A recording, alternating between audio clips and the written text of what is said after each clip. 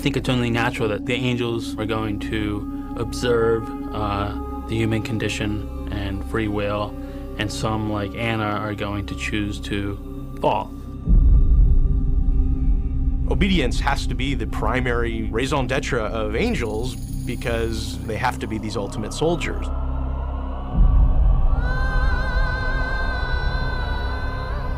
Disobeying is the worst possible thing that an angel could do.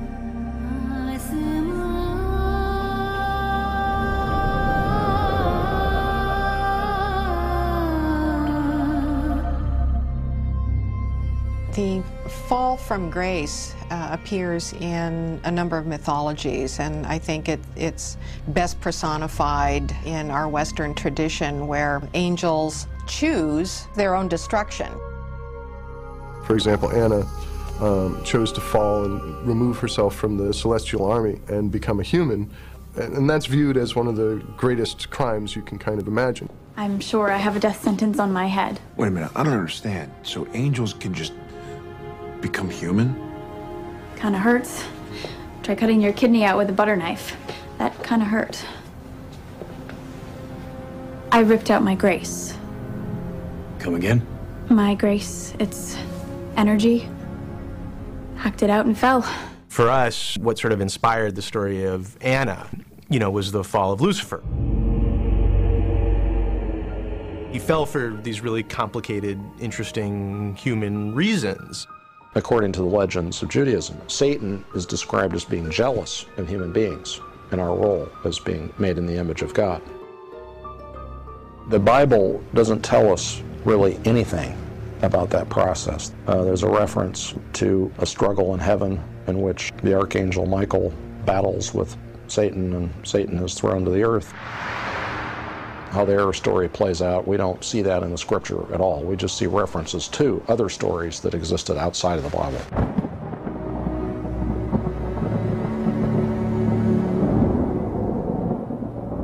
In the creation of man story in the Quran, God speaks to the angels and tells them that he is going to create upon earth a vicegerent, a viceroy, someone who's going to inherit the earth.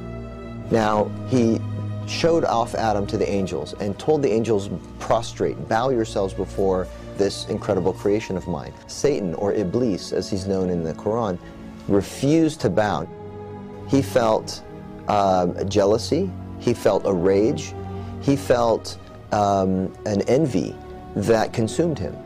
Some believe that when Satan and his legions fell to earth, they lost their grace from heaven and were, in a sense, well, enlightened of what God was, what the earth was, what sin was. And they make the choice to punish the instruments of their fall, humanity.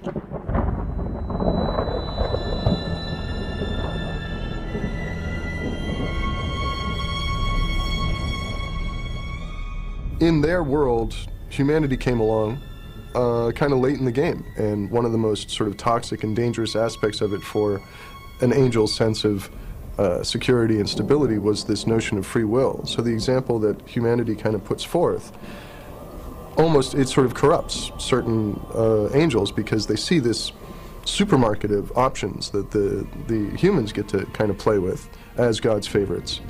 And some of them want to play in that world. And in our mind, Azazel was one of those first demons.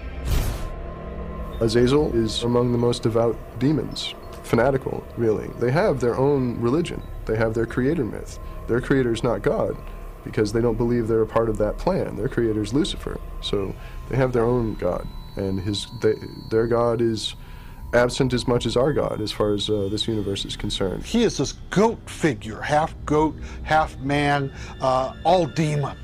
And he was one of the 4 demon helpers of Lucifer. And he, of course, causes all sorts of mischief and problems throughout the world. Teaching people cunning arts of metalwork and silver work, etc. So it's very interesting. He's teaching people skills, but he's also teaching them evil ways. So Azazel is an interesting character in Enoch because of that. He really represented sort of a broadening of the canvas of the show, and that there is this grand plan out there. Azazel is very powerful for creating chaos. And the forces of chaos are choices that we make. I mean, when you think about that, you're like, that's a real mind bender, and something we sort of loved and got inspired by in our story of Angels and Demons. For Anna, it's because she made a choice, period. You know, once you're talking about angels. She made her own choice. That is something angels are not allowed to do. The great struggle of these angels is being on patrol and suddenly having a conflict of heart. I don't think they would be watchable or enjoyable if there weren't an element of heart to these characters. And that's why imaginative leaps like thinking about angels and demons are attractive, because it puts a face to something that's not seen. And the idea that there are powers at work in the world that are beyond our comprehension, our ability to identify. That's a very real, visceral experience that we have today.